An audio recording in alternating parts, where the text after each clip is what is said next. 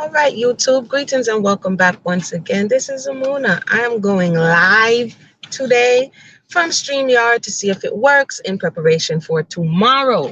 And for those who don't know, we will be having a poly discussion tomorrow at 12 p.m. Eastern. You don't want to miss it. Be sure to tune in. And in preparation for that, I said, hey, let's have a conversation about Seeking Sister Wife, the newest episode that dropped today. I took an opportunity to watch it. Let me know if you can hear and if you can see and if everything is good. And if you want to join this live so we can practice that too, just let me know. As a matter of fact, let me see how I get people to join the live. I will, how do I get? Do I copy?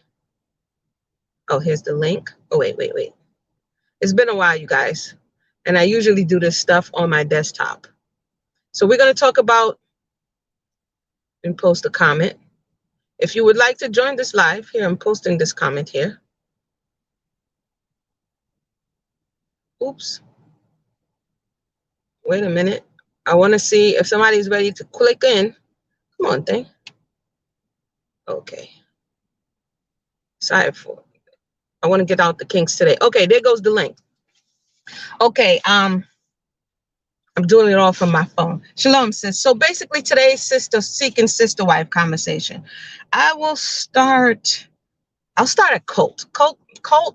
I got as much as cult has for the listening audience. And sometimes this cult and the one from 90 Day Fiance, I don't know which one, but this cult, he has no energy, like at all. What I noticed from before is he wasn't too keen on this third one coming, Kimberly. It was more the other two pushing for this third one to come. And he's very aware that Sophie just has a baby. That's the second wife. The first wife is battling with infertility. Right? And they're looking to bring in someone else. Some of the interesting things that I thought they said in the latter part of the episode was this whole third wheel conversation that often pops up. And that there's someone always feeling like a third wheel. So if someone outside of the conversation would say so, it'd be like, oh, you're doing too much. But inside the conversation, he's saying that sometimes they can feel like a third wheel and that Tammy and Sophie, meaning the first and second wife, is closer than they are to the husband. Now, I've said this in times past, how the dynamic works out when I think it was in the video, the nature of polygyny, right? But when I say it, I'm never going to go there. But the nature of polygyny, if you add more female energy and you only have this male energy, there is a deficit or a lack of sufficient enough male energy to go to the whole group. So the women you're adding more female energy.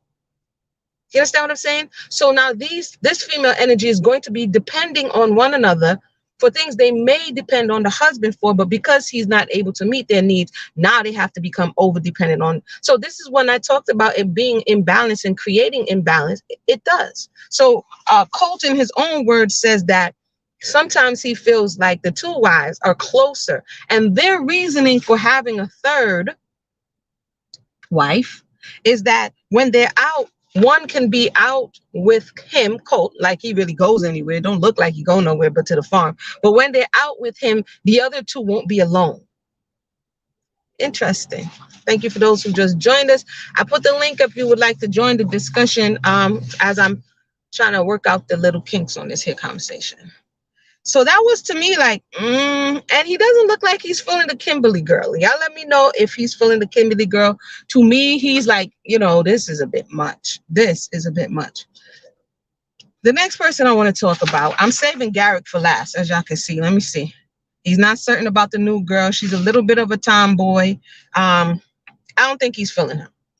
The next person, I don't think she's going to last, really.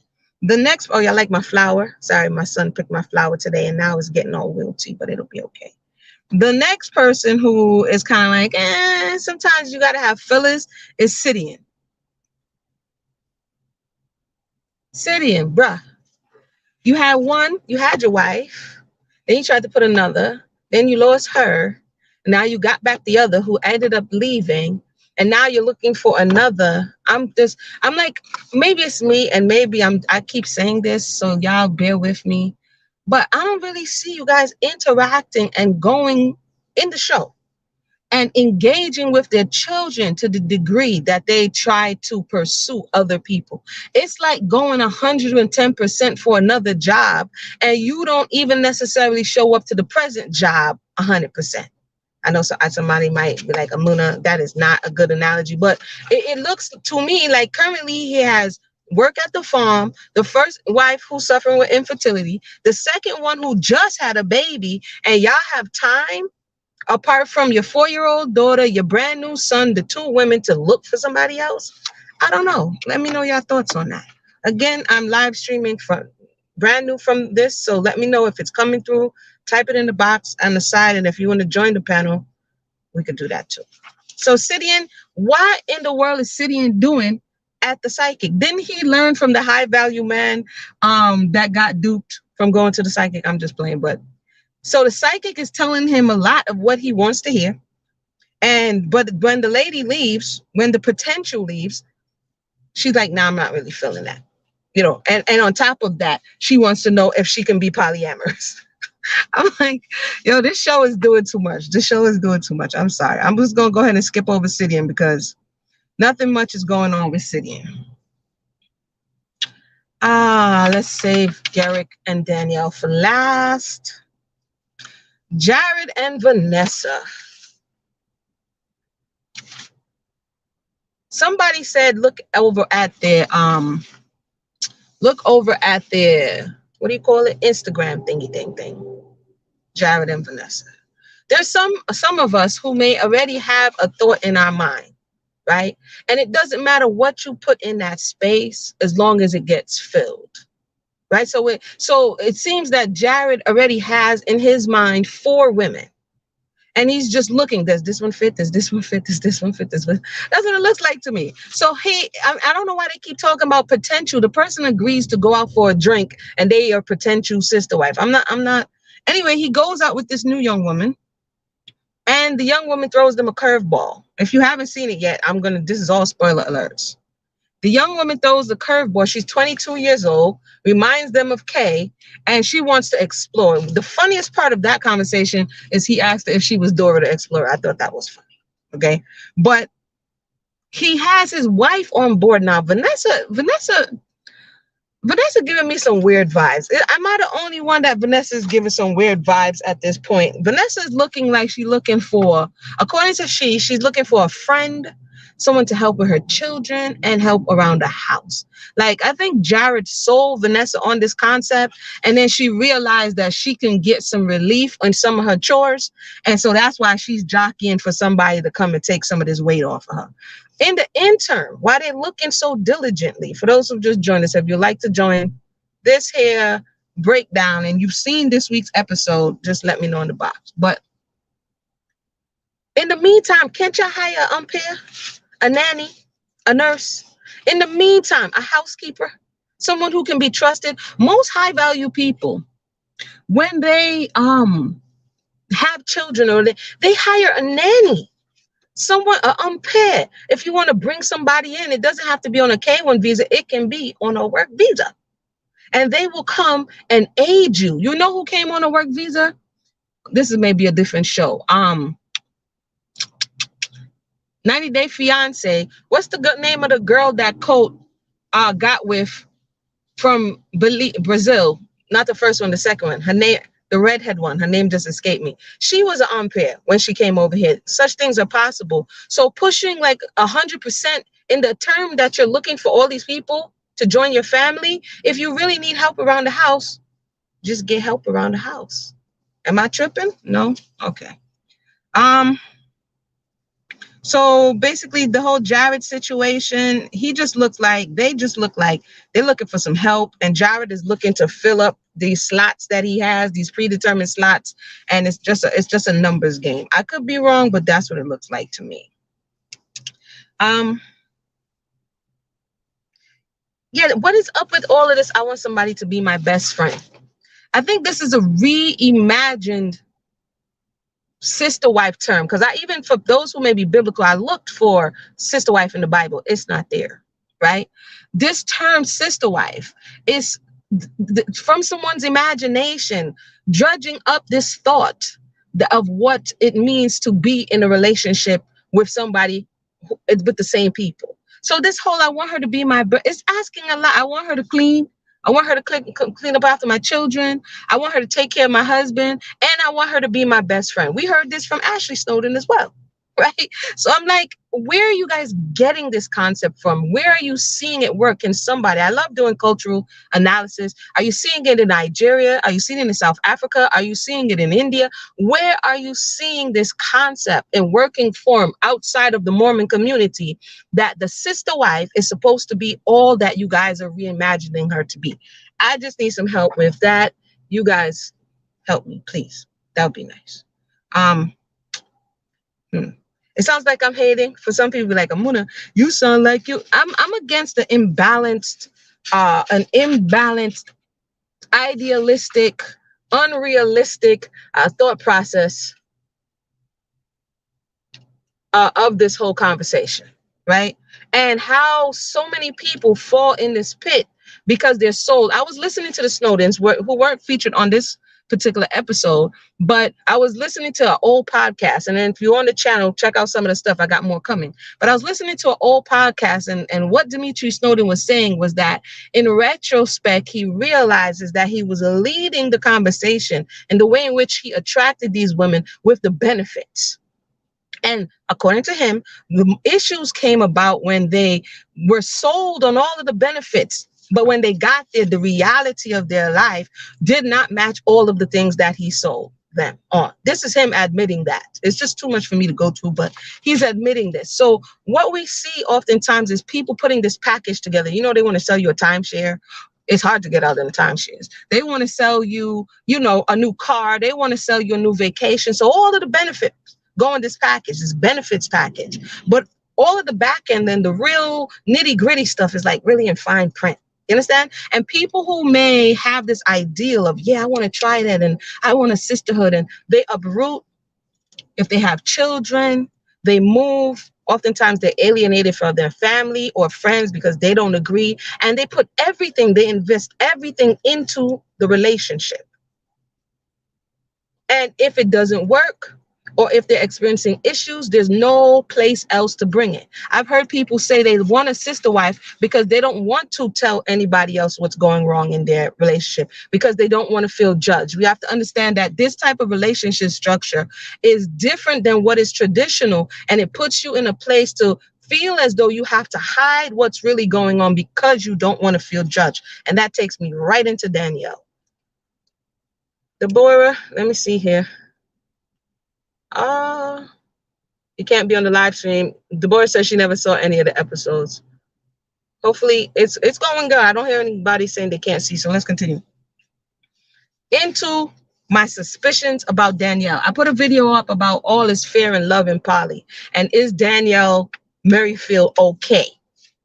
I don't think she's okay, personally, just looking at her. And this episode kind of confirmed for me that homegirl is not okay, right? So they're back, okay? They're back from Mexico.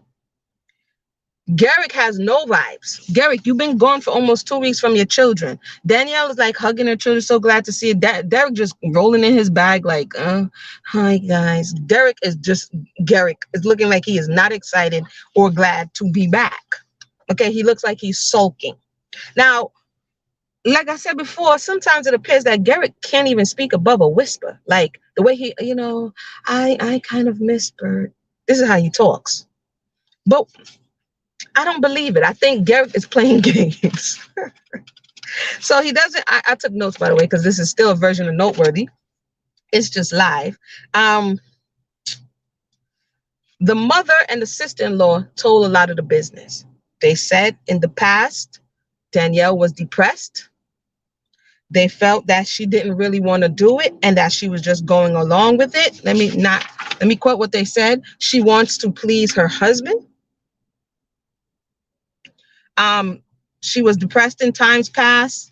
They used to argue about the topic. That's what I concluded in my thoughts, that he was massaging her brain. He put the God factor in there. He positioned the conversation in such a way that Danielle now has to agree, right? She wants her family of 13 years and she wants this cohesive unit, but she's agreeing against her own soul. Even I think it's him who convinced the girl to go up there and get the divorce. Okay? So the sister-in-law and the mother knows that something is not right, but Danielle is between basically a rock and a hard place. Now, this is how I know that Garrick is not who he's pretending to be. When she came into the room and she was having a conversation with him about how she felt, how they played her in Mexico, he started getting a little froggy. I was like, aha. Will the real Garrick please stand up? He started getting a little froggy. His voice went from that whisper till he got some bass in his voice. I knew it was there. I was just waiting. Okay. And so basically he's trying to make her feel, put it back on her. What would you rather me do if it was you? Would you? Because her contention is, y'all invited me in this room. And for those who just joined us, welcome. We're having a live session. I'm testing this because tomorrow we're going to have special guests. Hopefully everybody shows up and we're going to have an open panel polygyny discussion. So basically she's saying to him, you invited me in this room. And if you really didn't want me to be here, you should have told me. And you made me feel a kind of way when I find out later that the moment I turned my back, you went and did what you wanted to do anyways. Why didn't you just tell me? Why weren't you honest? So basically she felt like they were playing her. And that's when you see him kind of rise up on her, like, you know, trying to push it back on her. So that was all I needed. I already kind of suspected, but that's what I needed to really see that Garrick is the one who's behind all of this. And then the show that they have for what's to come is him saying, oh, we got to go back to Mexico because we got to go back and see her because it's time to make babies. Garrick, the woman don't even have papers. She doesn't have papers. What babies are you talking about? What babies? So that leads me to believe that he's just pulling her along. He may feel guilty or he may not believe in divorce. Well, he does believe in divorce because he got her to divorce her. I don't know what it is, but we got to watch her closely and hopefully her families and friends beyond this show stick close to her and help her through this because I can't imagine that it's going to end all that well. That's just my thoughts. Let me see if I missed anything. The Merrifields. Oh, I'm sorry. I laughed out loud on this one. Garrick said that because God had not delivered her from her jealousy. Speaking of his wife, he's definitely one of those people who puts everything on God. So we have to watch out for that. Let me go ahead and see. Well, he didn't tell me that the servants in the house take care of the housekeeping. I can't see for some reason. It's not going all the way up, Deborah. Hold on one second. So that's my thoughts on that. I have more videos to come, but I kind of wanted to give the Snowden conversation some time to breathe. As we look at, the reason why we're looking at this, for those who are new, if you have any questions, you can ask now. Some people might be like, why is Amuna doing all of this? Because I've been exposed to this thought of polygyny done in different forms for many years. And I found that in the space, it has become a very taboo conversation. It's one that is triggering. It's one that is polarizing. It's one that oftentimes, if you people are not able to sit down and be level-headed and objective about what we're seeing, we either rationalize it one way or demonize it the other way, right? So I found that over the years through research, through observation. So that's when this show came on. I was like, great, I can do, you know, what I'm doing now, which is take a lot of what I've researched and put it into practice. And as it relates to trying to chart out what it is that I'm looking at, what it is that I'm seeing. And so basically, that's why I personally am doing it. And that's why you may get a different analysis when you come over here, as opposed to, girl, didn't you see it? All of that is good. But if we're not getting the lessons and the methods out of it, for instance, Jared and Vanessa, when confronted with the new potential that she was interested in women, because they already had their boundaries set, he didn't think that was something that was good and pleasing. He was like, nah, that's not what we're into. But in the conversation with the Snowdens, it may be something different. So what we're seeing is that even in this structure, there's not a monolithic thought of how they think it's supposed to be practiced, right? Even in this structure, it's depending on the family and the rules or the religious or cultural institutions that they subscribe to, how this one word is going to look, right?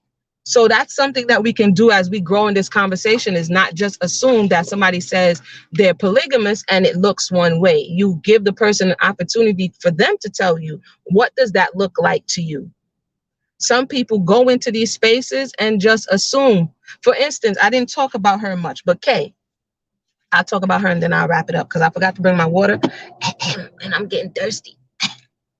Kay realized, I didn't talk about her much, but she realized that I am in a dependent position. Let me just say that. She realized that. And when you saw her going towards employment, she actually said it in one of the interviews that if this goes wrong, I want to make sure that I have something. And I don't think Jared understood that, given the fact that his wife worked and he works. And so they're already secure in that area. That is not their need. That is not their deficit. So his thought is, you come here and you help build up my family. But there's nothing secure in her. Where's the contract? Where's the thing that she can fall back on? Where's the court system that she can go and say, hey, this is what you promised me and this is what you're not delivering on? In today's space and time, in a culture that is not supporting of polygyny, people really run the risk of being left behind out, especially women, because you're going on the trust factor. I believe this person. So when it's all good, then I can trust that they're going to give me what I need. But at any time, they could say, you know what, you're no longer fit for our family. And so for me, Kay realized that, you know what, I'm not in a position to even engage in this because I'm giving all my time, which is energy and resources, to this family, and there's no promise of return. Let me know you guys' thoughts. So sometimes when we see what's happening, we see someone's behavior, we see them acting erratic, and we don't know why. And we say, oh, it's because they're this or because they're that. There's an underlying thing. And for me, her underlying thing was fear. She was fearful. Yeah, no ketubah. Oftentimes there's no ketubah. There's nothing in writing. There's no legal instrument, oftentimes, not always, but oftentimes. It's basically come on home, come into the house, and it's like almost, I'm not saying it is, but it's almost like working illegally coming in a country, any country, when you don't have work visa papers. And therefore you have to, okay, boom, I'll give it to you.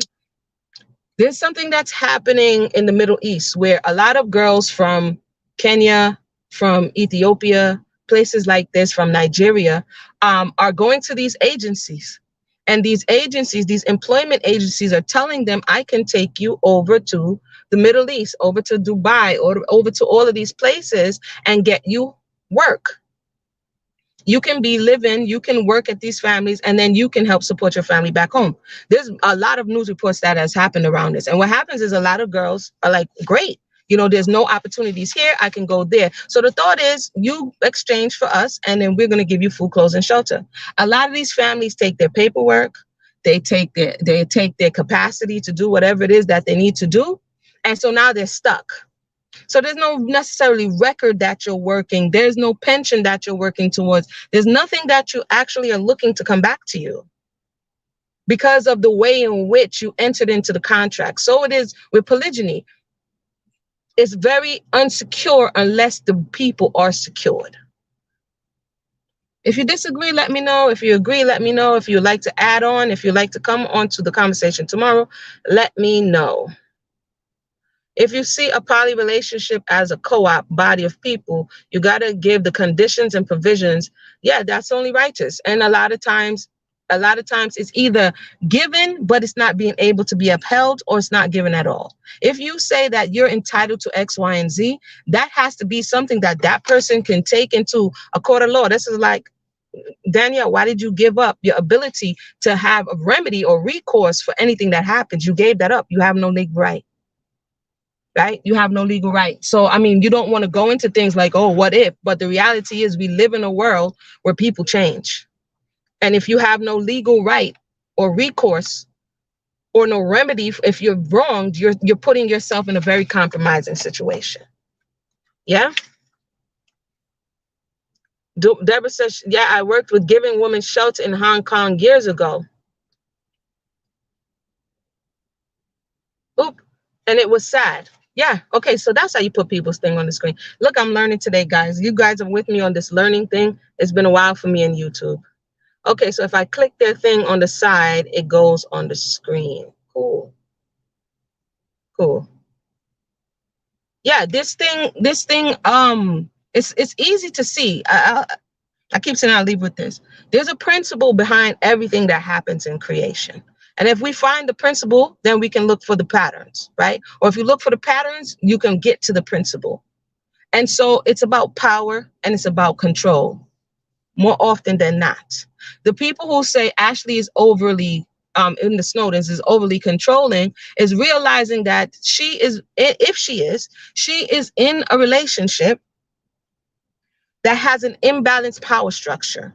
The desire of her husband is towards outside of the family and always acquiring people to bring inside the family. So she has to look at her area of jurisdiction. And I'm not caping for her because I saw some stuff that she wrote. I'm going to bring that conversation back, but I'm just looking at it principally. So if she cannot control him, which seemingly she cannot, she then has to control her environment. So if the thought is, if the person is going to do this anyway, then I have to make sure that to the best of my ability, I could control the degree that they do it. So this is why, to me, I see her working with, or in the past, work with him in his desires so that she can have a level of control. Because the reality is, it appears that he's going to do what he wants to do anyway. So I have to put some type of stopgap measures in place. So at least I can say, well, you didn't do this. So if you're going to lay with the woman, I at least have to agree. If you're going to lay with the woman, I at least have to take her through this course, the sacred woman course, so that I can approve. That's her way of trying to still establish a level of control in the relationship that she clearly lost a lot of it many years before.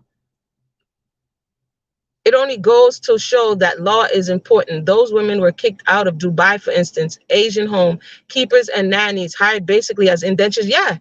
Yep. See, Deborah's on here telling, a lot of these women are brought into homes overseas, coming from poorer countries. There's some of them who's gone missing. Parents they've been missing for months. Some of them, the employers take away their passports, take away their phone, take away their agency. One of them, I remember watching a documentary. They locked her in the house. Literally, she couldn't go outside. She tried to escape one day with no shoes. They didn't want her talking to neighbors. I mean, there's all kind of stuff that's going on domestically. And I'm not saying that this is what's happening in all of these polygynous households. What I'm saying is the fact that oftentimes when you feel you have no one, when you have no one to talk to, you have no support system, it's easy to be prey. That's what I'm saying. And it happens in any situation, domestic situation, relationship situation. You could be in a monogamous relationship. And if that person isolates you from your family and friends, from your support system, and you are just alone and only have to depend on them, that is also a compromising space to be. It only goes to show that law. Okay, we already read that, but let's see if we can. Oopsie. Yeah. All right, everyone. Well, I want to thank you for tuning in and thank you for letting me know that this joint works. I think that's all I had to say today. Let me know how you're enjoying the other videos. And it's going to be tomorrow at 12 o'clock. So see you tomorrow. We're going to have a special guest, hopefully, tomorrow at 12 p.m. And we're going to have that conversation. Those were Filipino and Thai women we were dealing with. Yeah, it happens. It happens from all of these countries where the thought is, I can try for a better life, and I'm willing to do what I have to do to try for a better life. And people end up people end up in worse situations and conditions. So again, I'm not saying that this is what these people are doing on this show. I'm just saying the thought processes that sometimes get us in this space. So with that said, thank everybody for tuning in. I'm glad this works. We will see you tomorrow.